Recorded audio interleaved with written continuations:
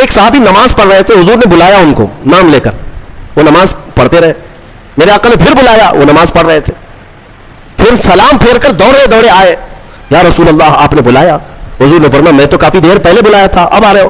کہا آقا نماز پڑھ رہا تھا. حضور نے فرمایا کیا تم نے قرآن کی آیت نہیں سنی؟ یا ایھا الذین آمنوا استجیبوا للہ وللرسول اذا دعاکم. لے کے بدلنے والا مسئلہ یہاں سے شروع ہوا. بات یہ تھی کہ پہلے تمام مسلمانوں کا قبلہ بیت المقدس تھا. مسجد اقصی جو فلسطین میں آج واقع ہے, بیت المقدس مسجد اقصی کی طرف سب لوگ منہ کر کے نماز پڑھتے تھے. پچھلے انبیاء اکرام کا بھی قبلہ رہا ہے. بہت سارے انبیاء اکرام علیہ السلام کا قبلہ بیت المقدس ہی تھا. خود رسول کریم صلی اللہ تعالی علیہ وسلم بھی بیت المقدس کی طرف منہ کر کے ہی نماز پڑھتے رہے, جب تک مدینہ طیبہ میں ہجرت کر کے پہنچے, اور وہاں پر بھی 17 مہینے تک حضور پاک صلی اللہ علیہ وسلم مسجد اقصی بیت المقدس کی طرف منہ کر کے نماز پڑھتے رہے. لیکن ایک وقت ایسا آیا میرے عزیزوں, رسول کریم صلی اللہ تعالی علیہ وسلم ظہر کی نماز پڑھا رہے تھے صحابہ کو. میں توجہ چاہتا ہوں, مدینے میں دونوں قبلوں کا جو رخ ہے بالکل اپوزٹ ہے. بیت المقدس اس طرف ہے, خانہ کعبہ اس طرف ہے, دونوں اپوزٹ سائیڈ میں ہیں, دو قبلے. آج ہم کس طرف منہ کر کے نماز پڑھتے ہیں؟ خانہ کعبہ کی طرف, کعبے کی طرف منہ کر کے. بیت المقدس مدینے میں جب کھڑے ہوں گے تو بالکل اپوزٹ سائیڈ میں ہوگا, کعبے کے اپوزٹ سائیڈ میں. حضور اکرم صلی اللہ تعالی علیہ وسلم ظہر کی نماز صحابہ کو پڑھا رہے تھے بیت المقدس کی طرف منہ کر کے. 2 رکعت ہو چکی تھی. دل میں خیال آیا رسول کریم کے کہ کاش ہمارا قبلہ بیت المقدس کی بجائے خانہ کعبہ ہوتا تو کتنا اچھا ہوتا, کیونکہ رسول کریم صلی اللہ علیہ وسلم کو مکہ سے بڑی محبت تھی, لگاؤ تھا. پیدائشی وطن بھی ہے, اللہ کا گھر بھی ہے. خانہ کعبہ کی طرف اگر ہمارا منہ ہوتا تو کتنا اچھا ہوتا. یہ کہاں حضور پاک کے دل میں خیال آیا, اور اس خیال کے آتے رسول کریم صلی اللہ علیہ وسلم اپنا چہرہ آسمان کی طرف اٹھا رہے تھے. کبھی آسمان کی طرف دیکھتے اور پھر نماز پڑھاتے. 2 رکعت ہو چکی ہے, اور جب رسول کریم صلی اللہ علیہ وسلم کا چہرہ آسمان کی طرف اٹھا, فوراً جبرائیل امین آیت لے کر نماز میں ہی داخل ہوئے, نازل ہوئے. کیا آیت تھی جس کی آج ہم نے تلاوت کی ہے؟ فرماتا ہے مولا قد نرا تقلب وجہک فی السماء, اے محبوب ہم آپ کا چہرہ اٹھانا دیکھ رہے ہیں. آسمان کی طرف آپ جو چہرہ اٹھا رہے ہیں آپ, وہ ہم دیکھ رہے ہیں. اللہ فرماتا ہے فَلَنُوَلِّيَنَّكَ قِبْلَةً تَرْضَاهَا, ہم آپ کو اسی طرف پھیر دیں گے جہاں آپ کی مرضی ہوگی. ہم آپ کو اسی طرف پھیر دیں گے, اسی طرف آپ کا قبلہ بنا دیں گے جہاں آپ کی مرضی ہوگی. خدا کی رضا چاہتے ہیں دو عالم, اور خدا چاہتا ہے رضائے محمد. اعلیٰ حضرت یہ فرماتے ہیں ساری دنیا کس کی رضا چاہتی ہے؟ اللہ کی. اور اللہ کس کی رضا چاہتا ہے؟ خدا چاہتا ہے رضائے محمد. اے محبوب تم راضی ہو, آپ کی مرضی جس طرف ہوگی ہم آپ کو اسی طرف پھیر دیں گے.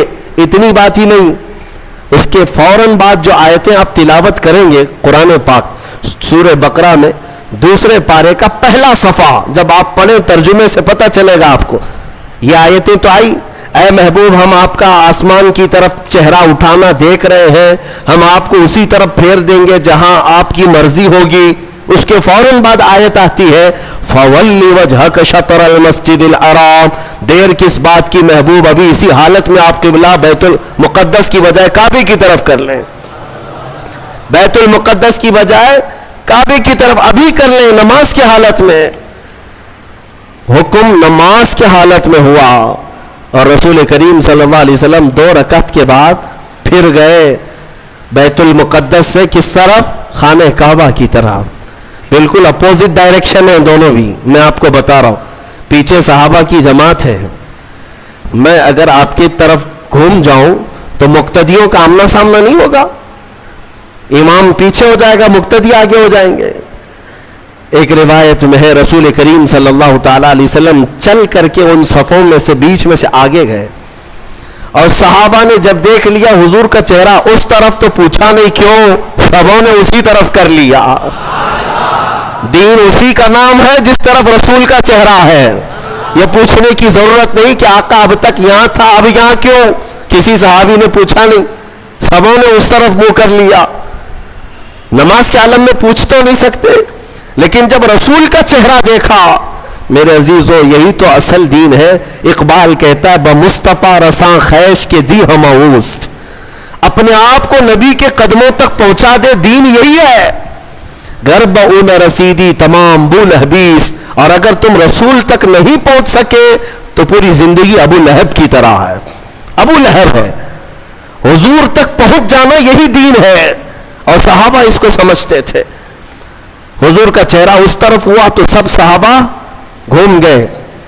ایک روایت میں تو یہ ہے کہ رسول کریم صلی اللہ تعالیٰ علیہ وسلم مڑ گئے تو صحابہ چل چل کر کے پیچھے آ کر کے صفیں لگانے لگے، اس طرف سے اس طرف سب آئے اور حضور کے پیچھے صفیں لگا کر باقی کی 2 رکعت نماز ادا کی۔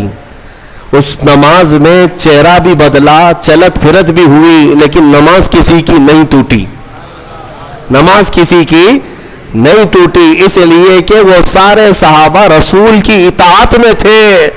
یہاں تک کہ حکم ہے میرے عزیزوں، لوگ توحید کے نام پر آج کچھ سعودی ایسے گمراہ کرتے ہیں کہ رسول کا خیال آنا بھی نہیں چاہیے نماز میں، نعوذ باللہ۔ بعض گدھوں نے، بعض کتوں نے یہ تک لکھ دیا کہ حضور کا خیال نماز میں آنا گدھے کے خیال سے بدتر ہے، نعوذ باللہ من ذالک۔ یہ جملے بھی بولنا ہمارے لیے سخت ہے، لیکن لوگ کتابوں میں لکھ مارے ہیں، آج بھی کتابیں موجود ہیں۔ صحابہ کو تو دیکھو، ایک صحابی نماز پڑھ رہے تھے، حضور نے بلایا ان کو نام لے کر، وہ نماز پڑھتے رہے۔ میرے آقا نے پھر بلایا، وہ نماز پڑھ رہے تھے، پھر سلام پھیر کر دوڑے دوڑے آئے، یا رسول اللہ آپ نے بلایا؟ حضور نے فرمایا میں تو کافی دیر پہلے بلایا تھا، اب آ رہے ہو؟ کہا آقا نماز پڑھ رہا تھا۔ حضور نے فرمایا کیا تم نے قرآن کی آیت نہیں سنی؟ یا ایھا الذین آمنوا استجیبوا للہ وللرسول اذا دعاکم، اے ایمان والو اللہ اور اس کے رسول جب بلائیں تب حاضر ہو جاؤ، چاہے نماز میں ہی کیوں نہ ہو۔ فرمایا نماز میں ہی کیوں نہ ہو، حاضر ہونا ہے۔ حضور نے اگر ندا دے دی، اس صحابی نے پوچھا نماز چھوڑ کر آ جاؤ؟ سنو اب مسئلہ کیا ہے۔ فرمایا گیا کہ ہاں 2 رکعت اگر تم نے پڑھ لی، 4 رکعت والی نماز پڑھ رہے تھے عصر کی، 2 رکعت پڑھ چکے تھے یا 1 رکعت پڑھ چکے تھے، رسول نے بلایا، نماز چھوڑ کر کے چلے آئے۔ حضور نے پوچھا خیریت، طبیعت کیسی، ساری چیزیں بات چیت ہوئی۔ حضور نے بازار بھیجا، سامان لے آؤ، سودا سلف خریدو، فلاں کو دے آؤ، سب سامان دیا، خریدا، خرید و فروخت کیا، واپس آیا، فرمایا گیا جہاں سے چھوڑا تھا وہیں سے کمپلیٹ کرو، کنٹینیو کرو، پھر سے دہرانے کی ضرورت نہیں۔ 2 رکعت ہوئی تھی، آگے کی 2 رکعت کمپلیٹ کر لو، کنٹینیو کرو۔ کیوں؟ اس لیے کہ یہ بیچ میں تم جو کچھ بھی کرتے رہے یہ نماز کے باہر نہیں، یہ بھی رسول کی اطاعت ہے۔ بمصطفیٰ رساں خیش کے دی ہماؤس، اسی لیے اقبال نے کہا اپنے آپ کو نبی کے قدموں تک پہنچا دے، یہی دین ہے، یہی دین ہے۔ اب میں آپ کو بتاتا ہوں، صحابہ قبلہ بدل جانے کے بعد پوچھا کسی صحابی نے کہ یا رسول اللہ ہم تو اس طرف منہ کر کے نماز پڑھتے تھے، میں اگر آپ کے سامنے ہوں، آپ 1000 میرے چاہنے والے کیوں نہ ہو، 1000 میرے عاشق کیوں نہ ہو، مصلی سے اگر میرا منہ گھوم گیا تو سارے پکڑ کے مجھے گھمائیں گے سیدھے، امام صاحب سیدھے قبلے کی طرف ہو جاؤ۔ یا اگر کسی نے نہیں گھمایا تو بعد میں تو بولیں گے آپ کا قبلہ صحیح نہیں تھا، آپ اس طرف منہ کر کے پڑھ رہے تھے، قبلہ ایسے تھا۔ میرے عزیزو شریعت سب کے لیے ہے، لیکن رسول جو کرے وہی شریعت ہے۔ حضور پاک صلی اللہ علیہ وسلم اگر گھوم گئے پورے اپوزٹ ڈائریکشن میں، کسی صحابی نے پوچھا بھی نہیں، بلکہ خود بھی گھوم گئے حضور کی طرف، اور رسول کریم صلی اللہ تعالیٰ علیہ وسلم کی اقتداء میں نماز کمپلیٹ کی۔ وہ ایک نماز ایسی ہے 4 رکعت والی ایک نماز ایسی ہے 2 رکعت بیت المقدس کی طرف منہ کر کے اور 2 رکعت خانہ کعبہ کی طرف منہ کر کے. باقی کسی کی ایسی نماز نہیں ہے. آج بھی وہ مسجد مدینہ طیبہ میں موجود ہے جس کو مسجد قبلتین کہتے ہیں, جہاں یہ قبلہ بدلا تھا, جہاں یہ آیت اتری تھی. اب جو کہنا ہے مجھے وہ یہ ہے, حضور پاک صلی اللہ تعالی علیہ وسلم کے چہرے پاک کا حال یہ ہے کہ اگر آسمان کی طرف اٹھ جائے تو قیامت تک کے لیے قبلہ بدل جائے. سوچو تو ذرا صحیح, اس چہرے پاک کا اثر یہ ہے کہ اگر اٹھ گیا آسمان کی طرف تو ہمیشہ کے لیے قبلہ بدل گیا. جس طرف اٹھ گئی دم میں دم آ گیا, اس نگاہ عنایت پہ لاکھوں سلام. حضور پاک صلی اللہ تعالی علیہ وسلم کے چہرے پاک کے بارے میں تم سمجھ رہے ہو, قبلہ جب مسلمانوں کا قیامت تک کے لیے بدل سکتا ہے تو ایک بار وہ چہرہ اگر ہم سب کی طرف ہو جائے. میرے آقا آؤ کہ مدت ہوئی ہے تیری راہ میں اکھیاں بچھاتے بچھاتے, بڑے دن ہوئے ہیں تیری حسرتوں میں تیری یادوں میں, بڑے دن ہو گئے گھر کو سجاتے سجاتے. اے مومنوں تمنا یہ کرو حضور کی بارگاہ میں ہمیشہ کہ وہ چہرے جمال جہاں آرا ایک بار نظر آ گیا تمہیں تو تمہارا یہ ادھر ادھر کا قبلہ بدل جائے گا, پھر تمہارا قبلہ اسی محبوب دو جہاں کی طرف ہوگا. ہمارے دلوں کے قبلے کو بدلنا بھی یہ میرے حبیب پاک صلی اللہ علیہ وسلم کا اثر ہے. اب منافقین جو ہے بات بنانے لگ گئے. میں یہاں پر ایک اور نقطہ عرض کر دوں. صحابہ کا حال یہ تھا کہ انہوں نے کسی نے پوچھا نہیں 2 رکعت ادھر اور 2 رکعت ادھر کیوں, بلکہ صحابہ جانتے تھے کہ جو رسول کرے وہی دین ہے, وہی شریعت ہے. ایک صحابی سے پوچھا حضور پاک صلی اللہ تعالی علیہ وسلم ظہر کی نماز میں قرات کرتے تھے کہ نہیں کرتے تھے؟ حضور ظہر کی نماز میں قرات کرتے تھے. یعنی آپ سب کو معلوم ہے نا 3 نمازیں جہری ہیں, 2 نمازیں سری ہیں. فجر مغرب عشاء اس میں زور سے قرات کرتے ہیں امام, ہے نا, اور ظہر اور عصر میں زور سے نہیں کرتے, خاموش. لیکن کرتے ہیں کہ نہیں کرتے تم کو کیا معلوم؟ خاموش کھڑے رہتے نا امام, تو آپ کو پتا ہے پیچھے صفوں میں کھڑے رہتے امام صاحب پڑھتے بھی ہیں کہ نہیں پڑھتے کسی کو نہیں پتا. اب حضور پاک صلی اللہ علیہ وسلم ظہر کی نماز میں آہستہ ہی صحیح کچھ پڑھتے تھے کہ نہیں پڑھتے تھے؟ ایک صحابی سے پوچھا گیا. اس صحابی نے کہا ہاں رسول اللہ تلاوت کرتے تھے. کہا سنائی دیتا تھا؟ کہا نہیں. کیسے پتا؟ وہ صحابی کہتے ہیں میں پیچھے صف میں کھڑا رہتا اور حضور کے چہرے کی طرف دیکھتا, آپ کی داڑھی مبارک ہلتی رہتی تھی, داڑھی مبارک ہلتی رہتی تھی. اس کا مطلب یہ ہے کہ میرے آقا نماز میں خاموش نہیں تلاوت کیا کرتے تھے. اے میرے عزیزوں ان صحابہ سے پوچھو نماز میں تمہیں کعبے کی طرف دیکھنا چاہیے یا رسول کے چہرے کی طرف؟ ان صحابہ کی ترجمانی اگر کہیں سے ملتی ہے تو بریلی کے امام کی زبان میں. وہ کہتا ہے حاجیوں آؤ شہنشاہ کا روضہ دیکھو, کعبہ تو دیکھ چکے, کعبے کا کعبہ دیکھو, کعبے کا کعبہ دیکھو. صحابہ جو دیکھتے تھے وہ کیا تھا؟ کعبے کا کعبہ تھا, اور وہ ان کی نمازیں نہیں ٹوٹتی تھیں. ہاں آپ سب چاہے کتنا بھی بڑا امام ابھی آئے, آپ کو حکم نہیں ہے کہ امام کی طرف دیکھتے رہو, آپ کو حکم نہیں ہے, آپ کعبے کی طرف منہ کر کے رکھو. اب کے زمانے میں امام کے پیچھے ہیں آپ, لیکن امام کو دیکھتے مت رہو نماز میں کہ امام کی ٹانگ اٹھی ہے یا پیر اٹھا ہے, پیجامہ نیچے آیا ہے, کیا ہو رہا ہے اس کا نماز میں, یہ تمہیں حکم آج نہیں ہے. نماز میں اگر کھڑے ہو گئے تو قبلے کی طرف منہ رہے. صحابہ اکرام کا حال یہ تھا کہ وہ اپنے رسول کو دیکھا کرتے. اتنا ہی نہیں میرے عزیزوں, اتنا ہی نہیں, ایک اور بات میں بتا دوں. آج مدینہ طیبہ میں اگر آپ جائیں گے, اللہ سب کو حاضری نصیب فرمائے. یہ حضور کا محراب اس طرف ہے سامنے, حضور پاک صلی اللہ تعالی علیہ وسلم کا محراب سامنے ہے. اور جب محراب کی طرف منہ کر کے کوئی کھڑا رہے گا تو بائیں ہاتھ کی جانب حضور صلی اللہ تعالی علیہ وسلم کا حجرہ, جو روضہ ہے آج بھی حضور کا, وہی حضور کا حجرہ تھا جس میں میرے آقا صلی اللہ علیہ وسلم حضرت عائشہ صدیقہ رضی اللہ تعالی عنہا کے ساتھ قیام فرماتے. وہ حجرہ عائشہ صدیقہ ہے جس میں میرے آقا دفن ہے آج. کہاں ہے وہ؟ یہ سامنے محراب اور ادھر بالکل بائیں سائڈ میں حجرہ ہے حضور کا. دروازہ بھی اس کا وہی تھا. جب اقامت یہاں بولتا مؤذن حضور حجرے سے نکلتے تھے, اور جب حضور حجرے سے نکلتے صحابہ کھڑے ہو جاتے تھے اور صفیں لگ جاتی تھی. اندازہ کرو قبلہ ادھر ہے اور حضور کا حجرہ ادھر ہے بائیں جانب. حضور اکرم صلی اللہ تعالی علیہ وسلم کی وفات سے چند دنوں پہلے کی بات ہے, یا آخری ایام ہے ظاہری زندگی کے, جب رسول کریم صلی اللہ تعالی علیہ وسلم علالت میں تھے. تکلیف بہت زیادہ تھی, بخار کی شدت تھی, 1 مہینے تک بخار کی شدت رہی سفر کے مہینے میں. ان دنوں میں بعض مرتبہ ایسا ہوا حضور اکرم صلی اللہ تعالی علیہ وسلم اپنے حجرے سے نکلتے تو 2 صحابہ کے کندھوں پر ہاتھ رکھ کر کے آتے تھے. تکلیف کی شدت تھی لیکن پھر بھی مسجد میں آ جاتے تھے. لیکن آپ کی وفات سے چند دن پہلے ایسے حالات پیش آئے کہ حضور اپنے حجرے سے باہر نہیں آتے تھے. صحابہ کی نمازیں کون پڑھاتا تھا؟ حضرت ابو بکر صدیق پڑھاتے تھے. مصلی پر آپ بڑھتے, نمازیں آپ پڑھاتے. 17 نمازیں حضرت ابو بکر صدیق نے پڑھائی. ایک روایت میں پڑھتا ہوں تو آنکھیں بھیگ جاتی ہیں.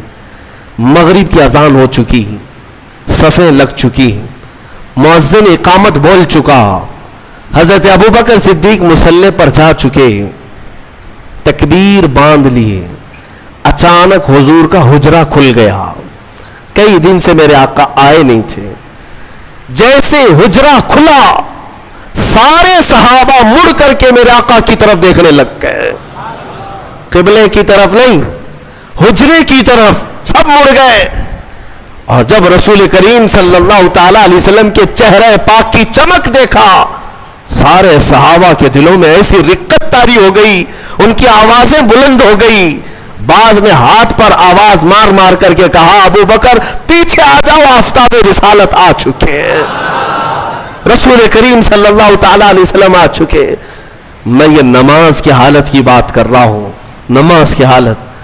صحابہ جانتے تھے کہ رسول کی رضا ہی یہ اللہ تک پہنچنے کا ذریعہ ہے.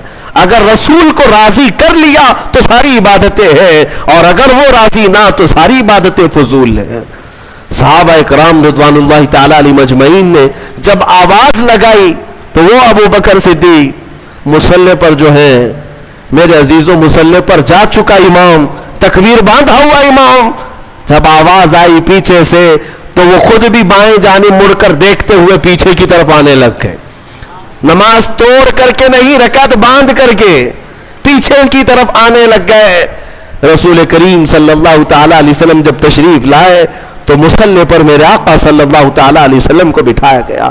یہ کیسی نمازیں تھیں, کیسی نماز. ہم اور آپ اگر حرکت بھی کریں تو نماز ٹوٹ جائے, نماز باطل ہو جائے, فاسد ہو جائے. لیکن رسول کے لیے اگر چہرہ پھر بھی گیا تو نماز باطل نہیں, بلکہ میں کہتا ہوں وہی تو عین نماز ہے. ظالمو, تم کہتے ہو رسول کا خیال آنا, معاذ اللہ رب العالمین برے کلمات کہتے ہو, گدھے کے خیال سے بدتر ہے. ان صحابہ سے پوچھو, وہ اللہ رب العزت کی عبادت کرتے تھے لیکن رسول کے چہرے کو بھی دیکھا کرتے تھے.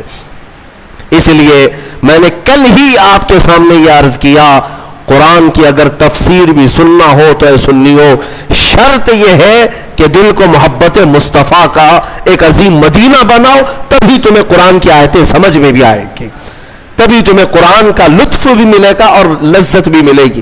اور حضور کو چھوڑ کر کے کچھ سننا چاہو تو پھر اندھیرا اندھیرا, کچھ نہیں ہے. بہرحال یہ قبلے کے تبدیل ہونے والی جو آیتیں آئیں, اس پر یہودیوں نے بہت واویلا مچایا, بہت واویلا مچا رہے. اتنے سالوں سے قبلہ تھا, نبیوں کا قبلہ تھا, انہوں نے بدل دیا, انہوں نے بدل دیا, یا آ کر کے بدل دیے. اس طرح کی باتیں آنے لگی تو رب تبارک و تعالیٰ نے ابھی اپنے حبیب صلی اللہ تعالی علیہ وسلم سے یہ فرمایا, آپ ارشاد فرمائیں, وما انت بتابع قبلتهم, آپ فرما دیں ان سے کہ میں تمہاری قبلے کی پیروی کرنے نہیں آیا, بلکہ رسول جو کہہ دیں گے وہی قبلہ ہے. عزیزان گرامی وقار، قبلے کی تبدیلی کا حکم جو آیا وہ اسی پارے میں اس کا ذکر ہے، اور اس کے بعد پورے دوسرے پارے میں کئی احکام نازل ہوئے، کئی احکام ہیں شہیدوں کے متعلق اسی آیت میں ہے. فرمایا رب تعالیٰ نے جو اللہ کی راہ میں مارے جائیں انہیں مردہ نہ کہو، وہ زندہ ہیں. بل احیاء ولکن لا تشعرون. بعض لوگ ہم سے پوچھتے ہیں آپ رسول کو وفات کے بعد بھی زندہ مانتے ہیں، قرآن کی کوئی دلیل ہے آپ کے پاس؟ قرآن کی کوئی دلیل ہے؟ قرآن کی کوئی آیت ہے؟ میاں میں وہی پڑھ رہا ہوں آپ کے سامنے، وَلَا تَقُولُوا لِمَنْ يُقْتَلُ فِي سَبِيلِ اللَّهِ أَمْوَاتٌ. جو اللہ کی راہ میں مارے گئے ہوں انہیں مردہ نہ کہو. ہر سنی مسلمان جانتا ہے. تو سب سے پہلے یہ کہتے ہیں لوگ، ارے میاں یہ تو شہیدوں کے لیے آیا تھا.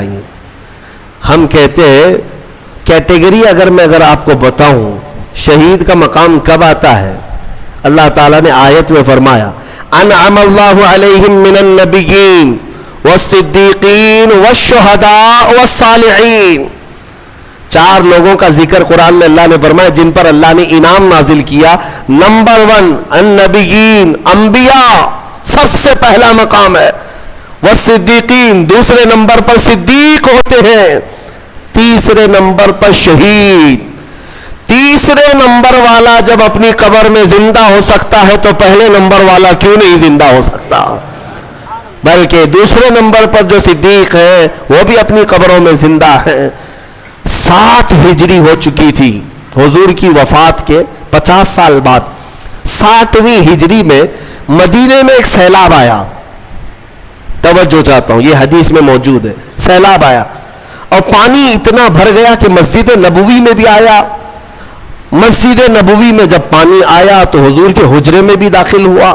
مٹی کی قبریں تھی، ایک قبر کھل گئی. قبر کھل گئی تو پیر باہر نظر آنے لگا، خوبصورت پیر.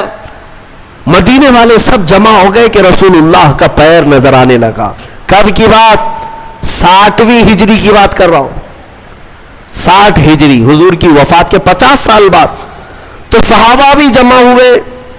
اس میں پھر ایک تابعی حضرت عروہ بن زبیر رضی اللہ، وہ آگے بڑھے اور انہوں نے کہا، غور سے دیکھا، قدم کو چھوا بھی اور لوگوں سے کہا اے مدینے والوں، یہ اللہ کے رسول کا قدم نہیں، یہ عمر ابن خطاب کا قدم ہے. میں اچھی طرح سے جانتا ہوں، واللہ ہذہ لقدم عمر، قسم خدا کی یہ پیر عمر ابن خطاب کا ہے. اور روایت بیان کرنے والے کہتے ہیں کہ پیر کو جب چھوتے تھے تو خون اپنی جگہ سے ہٹ جایا کرتا تھا، جیسے زندوں کو چھوئیں تو خون ادھر سے ادھر ہوتا ہے. یہ 60ویں ہجری میں کس کا پیر؟ عمر ابن خطاب رضی اللہ تعالیٰ عنہ کا، جن کے پہلو میں آرام کرنے والا زندہ ہے تو پھر اس رسول کی برکت کا حال کیا ہوگا. تو زندہ ہے واللہ، تو زندہ ہے واللہ، میری چشم عالم سے چھپ جانے والے. جو تم کو مردہ کہے وہ مردہ ہے واللہ، اور اے رسول پاک تم زندہ ہو واللہ، تم زندہ ہو واللہ. یہ ایک عقیدہ یہاں سے لے کر کے چلو. ہم نے جو آیتیں تلاوت کی وہ آیت الکرسی ہے. اللہ لا الہ الا هو الحی القیوم. یہ ایک آیت ایسی ہے جس کو آیت الکرسی کہتے ہیں. ایک آیت ہے پوری، اور اس کے متعلق فضائل اتنے آئے ہیں کہ اللہ تعالیٰ نے اپنے رسول کو خاص تحفے کے طور پر آیت الکرسی عطا فرمائے. جو آیت الکرسی پڑھ لیتا ہے وہ ساری بلاؤں سے محفوظ ہے.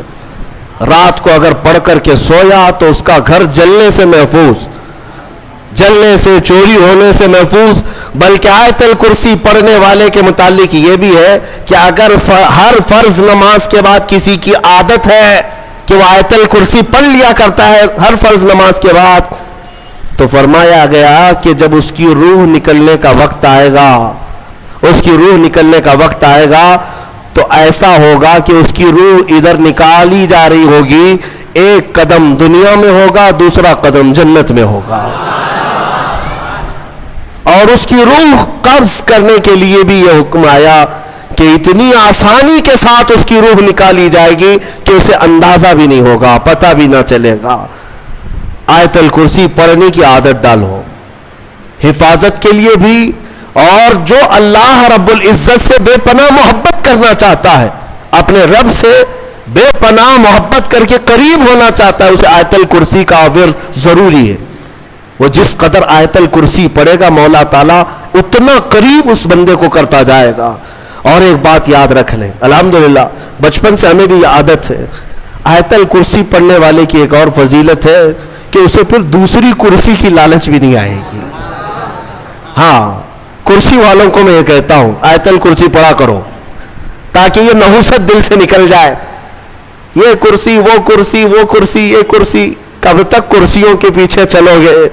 جس کے پاس آیت الکرسی ہو، جیسے دیکھو اجمیر کے خواجہ کی کرسی آج تک کوئی نہیں ہلاتا، کوئی نہیں ہلاتا، اور اس کرسی کے لیے کبھی الیکشن بھی نہیں ہوتا۔ ہماری بات ہمارے اور 100 نسلیں بھی آئیں گی، ہندوستان کا بادشاہ وہ نسلیں غریب نواز کو ہی سمجھا کریں گی، کیوں؟ وہ آیت الکرسی والے بادشاہ ہیں۔ لہذا ہے سنی مسلمانوں، آیت الکرسی کا ورد رکھو۔ یہ کرسیوں کی لالچیں بھی بہت خطرناک ہوتی ہیں، بسا اوقات انسان کو کافر بنا دیتی ہیں، بسا اوقات انسان کو گمراہ کر دیتی ہیں۔ ہم نے دیکھا ہے اولیاء اکرام کی تعلیم میں، اولیاء اکرام جب کسی کی تربیت کرتے ہیں نا تصوف میں، تو تربیت میں سب سے پہلے وہ 2 چیزوں کو مارتے ہیں۔ پہلی چیز یہ ہے کہ کھانے میں لالچی نہ ہو، بہت زیادہ کھانا بند کر دو۔ اگر کسی ولی کے دربار میں تربیت لینا ہے تو پہلی تربیت وہ یہ کرتے ہیں کھانے پر کنٹرول، اور دوسری تربیت کسی بھی مقام، مرتبے، منصب اور کرسی کی لالچ ہرگز نہیں۔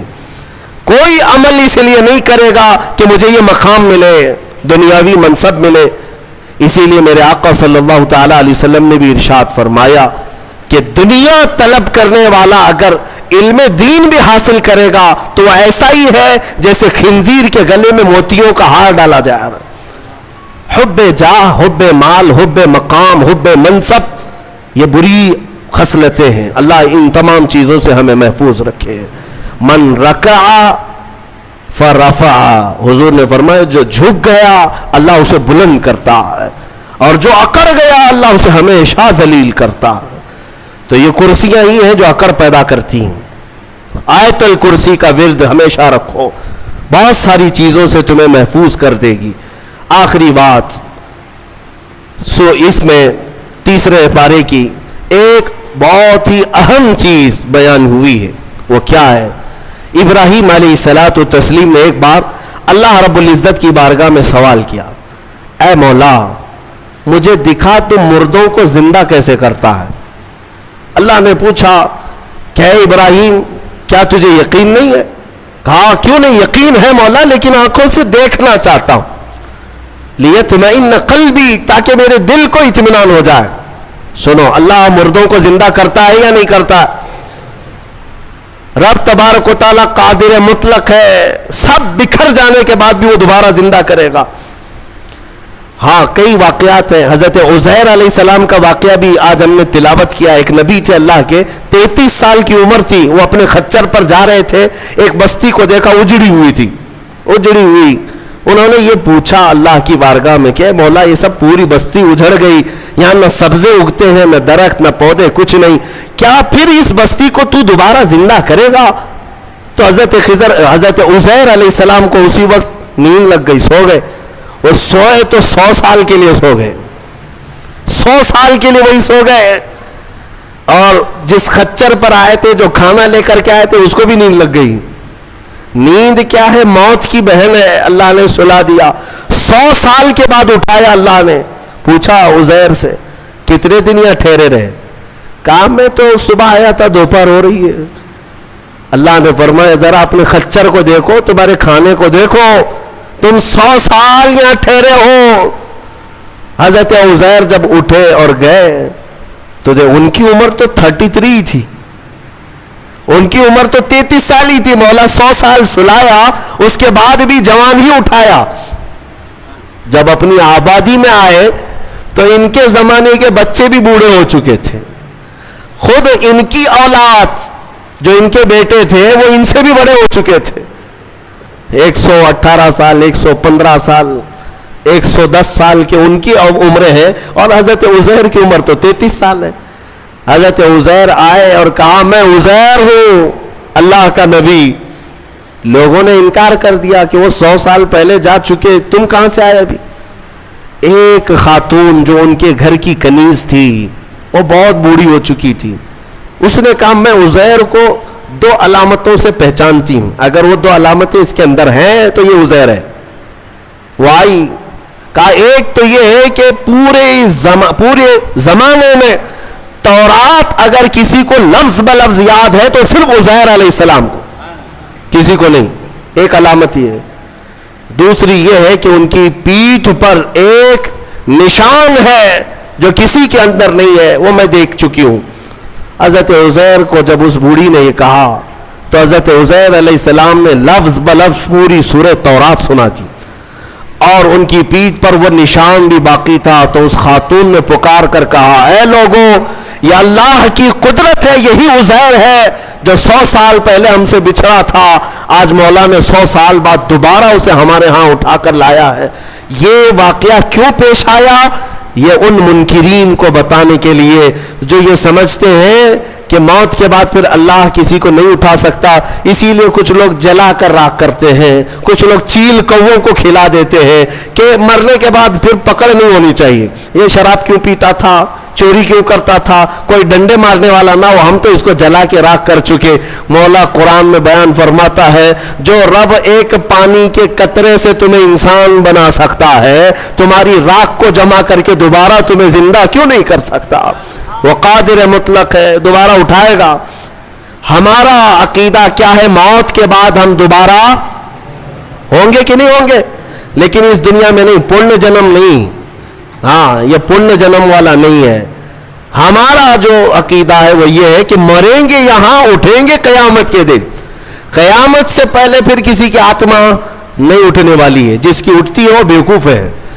ہاں, وہ جو مشہور کرتے ہیں کہ اس کی آتما آئی, اس کی آتما آئی, کسی کی آتما نہیں آتی.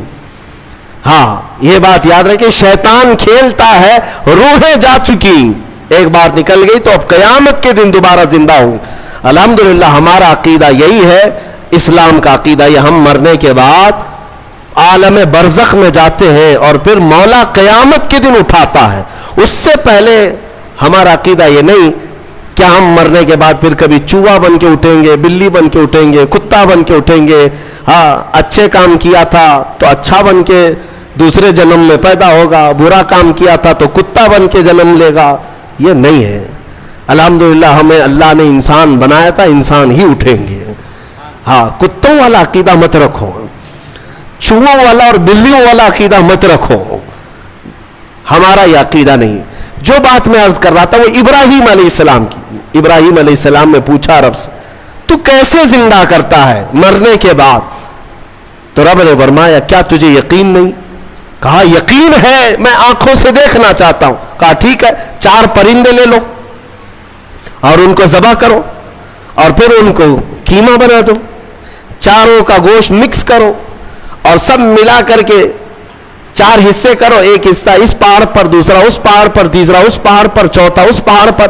4 پہاڑوں پر گوشت رکھ کر کے آؤ یہ مکس قیمے کا, اور پھر اپنی جگہ پر کھڑے ہو جاؤ, ان پرندوں کے نام لے کر کے بلاؤ. ابراہیم علیہ السلام کو یہ پروسیس کرایا گیا. ابراہیم علیہ السلام نے کیا کیا لیے؟ ایک کوا لیا, توجہ چاہتا ہوں, کیا لیا؟ کوا لیا. دوسرا مرغا لیا, تیسرا کبوتر, چوتھا مور. 4 پرندے لیے, کوا, مرغا, کبوتر, مور. 4 پرندے لیے اور چاروں کو ذبح کیا.